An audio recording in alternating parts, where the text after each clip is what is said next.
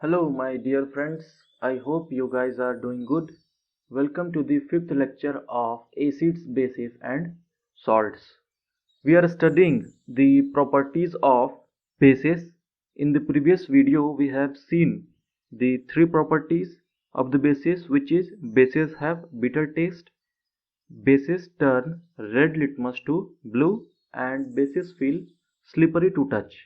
Now today we will continue with the properties of bases and we will try to complete all the properties of bases in this lecture. So now let us start the lecture with the fourth property, which is bases produce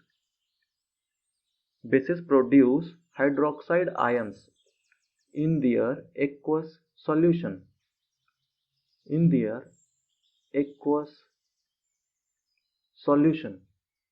Let's see some examples so that it becomes very easy for you to understand. This is a base, sodium hydroxide. In the solid state it is white colored, just like नमक, साधारण नमक इसकी तरह white होता है. So sodium hydroxide in the solid state, when dissolved in water, it produces sodium ion which is dissolved in the solution. Along with this, hydroxide ion which is also dissolved in the solution. Okay, is it clear? Let's see one more example.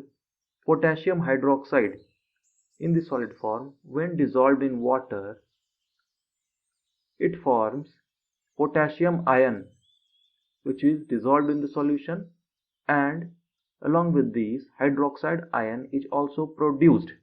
Okay, one more example. Magnesium hydroxide, when reacts with water, it forms magnesium ion Mg2 plus aqueous, which is dissolved in water, and 2OH minus ions which will be dissolved in the water. ठीक है? So bases produce OH minus ions in their aqueous solution. Now let's move towards the next property. So students, the fifth property is that bases conducts electricity in their aqueous solution. Bases produce electricity in their aqueous solution. It means, in other words, aqueous solution of bases are electrolytes.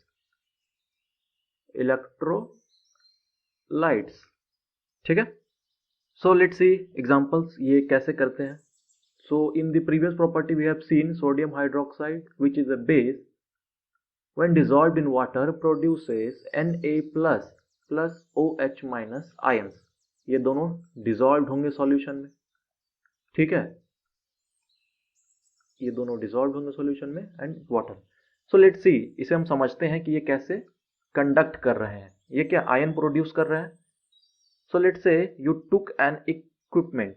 आपने कोई equipment लिया, जैसे कि let's say this is the beaker and you put, let's say this is the base or the cork, जिस पर आपने दो electrodes लगा दिए. This is electrode 1, this is electrode 2. ठीक है? One will be the anode, the other will be the cathode. ठीक है? And आपने इसमें पावर सोर्स लगाया, यानी कि कोई बैटरी लगा दी, and you put a bulb, आपने एक बल्ब लगा दिया. ठीक है? And then you put a switch and आपने इसे कनेक्ट कर दिया.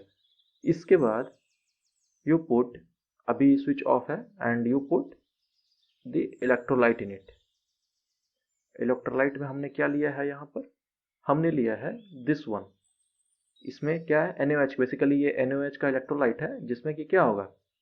Na प्लस होगा, along with this OH minus होगा. ठीक है? चूंकि ये डिजॉल्व है तो ये आयनिक फॉर्म में होगा. जैसे ही आप स्विच ऑन करोगे, then you will see that the bulb start to glow. It means that electrolyte is conducting in nature. So the aqueous solution of base conducts electricity. ये बात ध्यान रखनी है. I hope it is clear. Now let's see the sixth property. So the sixth property, we will study reaction of any base with metal. Reaction of base with metal. So let's see the general statement. When a metal reacts with a base, जब कोई metal base के साथ react करता है, then it forms a salt. With this it also forms hydrogen gas. यानी कि इस reaction में हाइड्रोजन गैस का इवोल्यूशन होता है, इवॉल्व करता है, ठीक है, हाइड्रोजन गैस रिलीज होता है।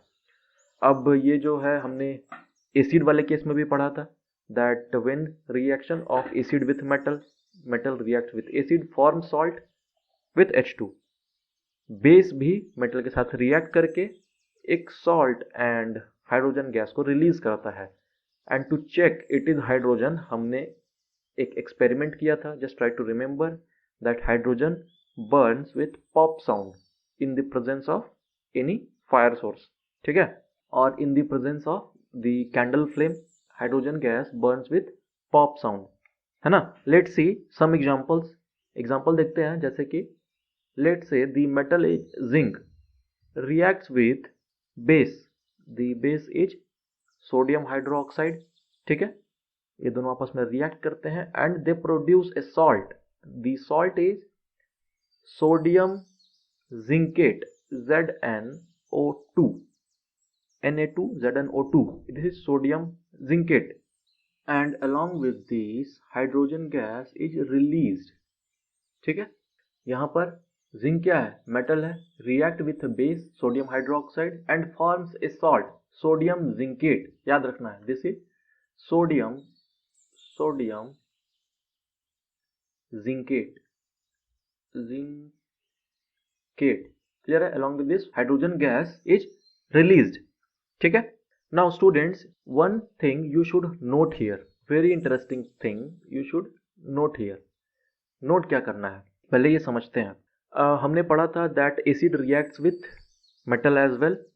सो when we see the reaction of zinc with any acid, let's say sulphuric acid ZnSO4, what does it form? It forms a salt, and the salt is zinc sulfate ZnSO4. Along with this hydrogen gas is released, ठीक है। यहाँ तक हमने वो acid वाले portion में पढ़ा था। Now interesting thing to note here is that when a metal reacts with acid, it forms a salt, and in the case of acid reaction with metal, जो salt form होता है उसमें जो metal है वो cation बनता है, ठीक है, Zn+2, and acid से anion आता है SO4 2-। so in this salt it is the cation, and from acid SO4- आया है, ठीक है, ये क्या एसिड है ना, यहां से SO4- है, दिस इज द anion, ठीक है। But in case of reaction of zinc with base, यहां पर क्या बना है, सॉल्ट बना है sodium zincate. So in the sodium zincate Na2 ZnO2, in the case of sodium zincate, यहाँ पर cation क्या है, सोडियम Na+, ठीक है, एंड यहाँ पर anion क्या है, ZnO2 2-। समझ रहे हो, यानी कि cation यहाँ पर बेस से आया है और जो मेटल है वो पार्ट है anion का, it's a part of anion। Metal तो दोनों केस में सेम है, but when reacting with acid क्या है, ये कैटायन फॉर्म कर रहा है, ठीक है, एनायन की तरह ट्रीट हो रहा है। But when reacting with base, जो कैटायन है वो बेस से आ रहा है, NaOH से आ रहा है, and the metal is part of anion. Real life में भी ऐसा ही होता है, when you meet with different people, आपका जो बिहेवियर है वो अलग होता है।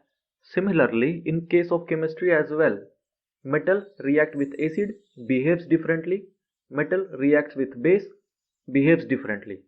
समझ रहे हो, अलग अलग लोगों के केस में बिहेवियर अलग अलग होता है। नोट लिखना है that any metal which reacts with base becomes the part of the anion, becomes the part of anion. Isn't it very interesting that in the case of metals as well, when they react with different materials, different substances, they behave differently. So it's a natural phenomena. So such elements which behave differently in the presence of acids and base, इनको एक special नाम दिया गया है. These elements are called amphoteric. Amphoteric. You should remember, write a note this one as well as a note, इसे लिख लीजिए, that the elements which reacts with acids as well as base and produce two different type of salts called amphoteric.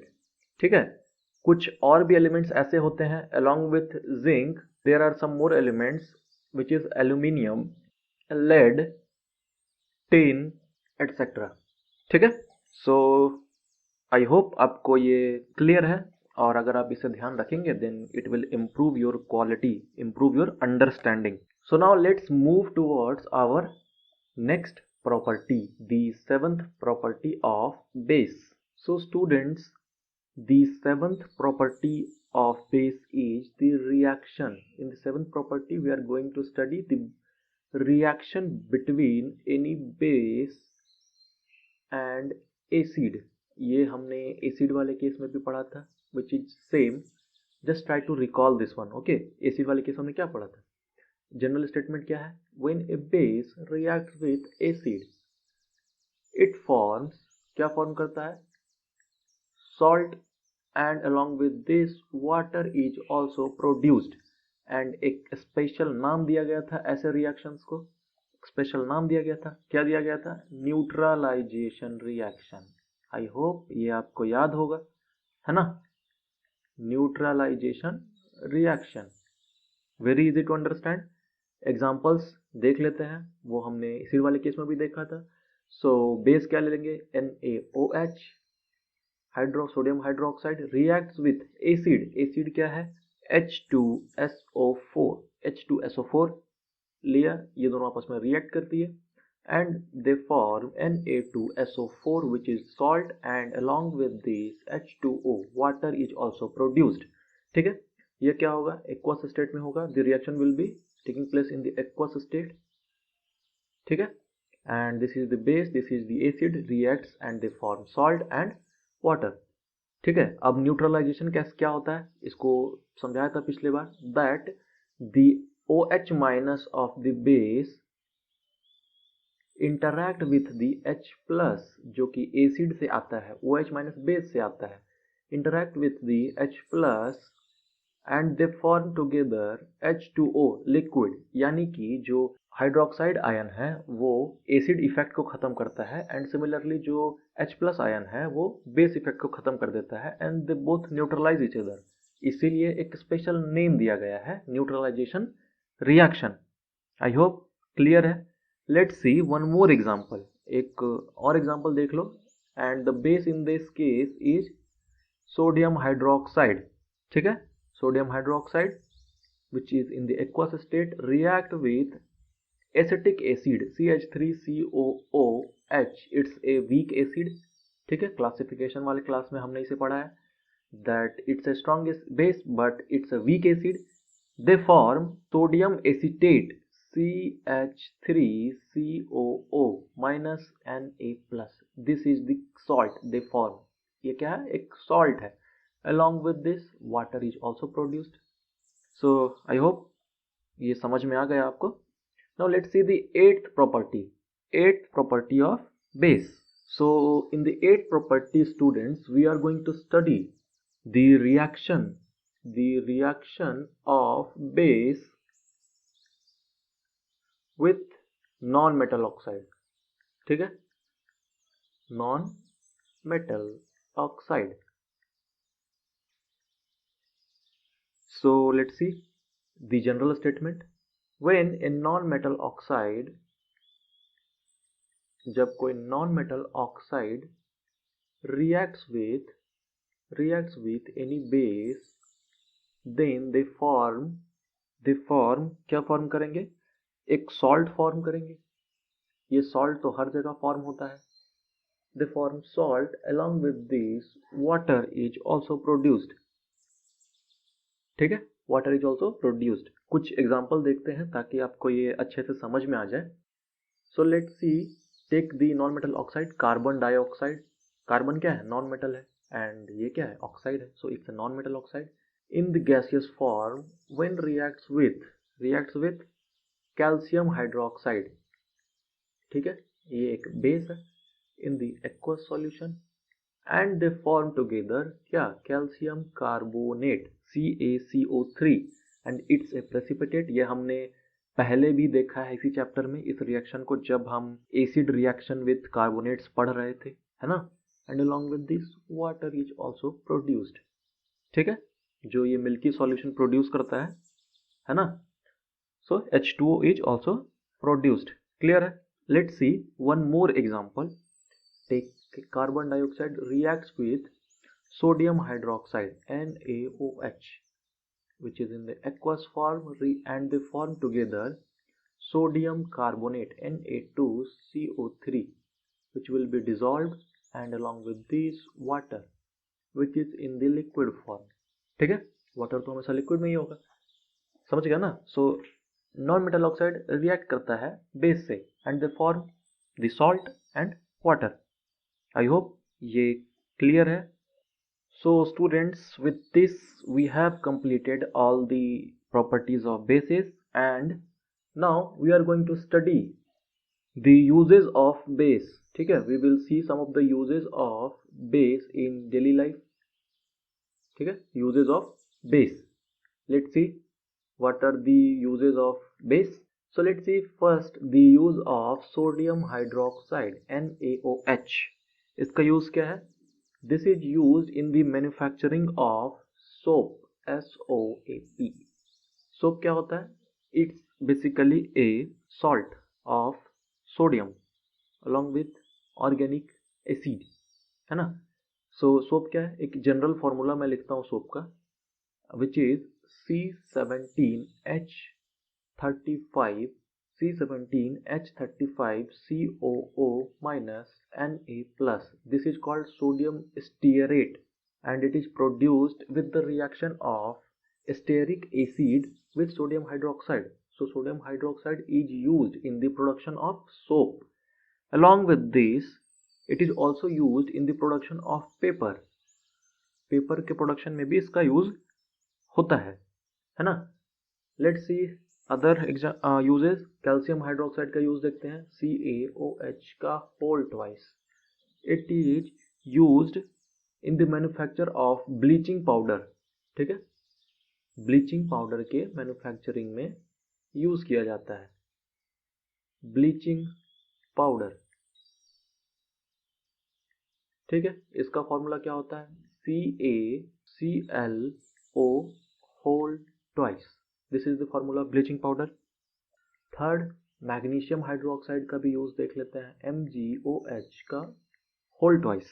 Magnesium hydroxide, it is used as a antacid. Antacid, ये कई बार exam में पूछा गया है, that which compound और which substance is used as antacid.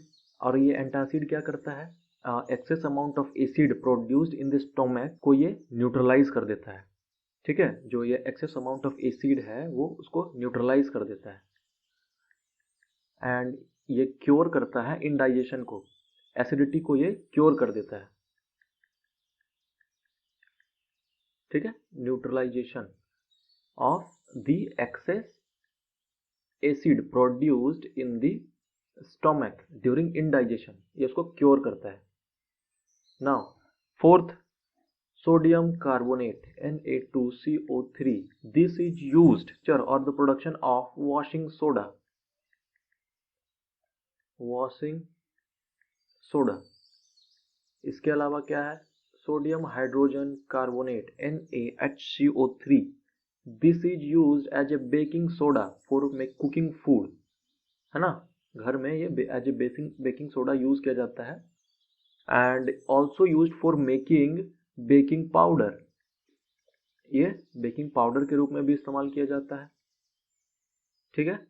And also used as antacid, antacid, so there are two substances, one is magnesium hydroxide, दूसरा NaHCO3, ये दोनों एज ए एंटासिड यूज किए जाते हैं। And they neutralise the excess acid present in the stomach during the indigestion.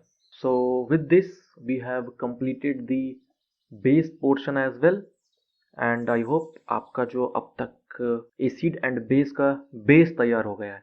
And in the next class students we will study the pH of acids and bases, we will study about the universal indicator, and we will also study about some of the effects of pH in daily life, कुछ examples भी हम लोग देखेंगे।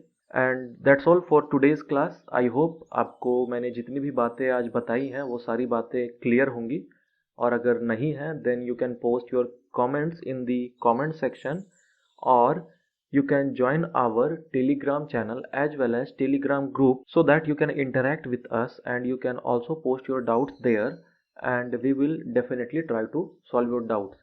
So see you soon in the next lecture. Till then, thank you, good luck.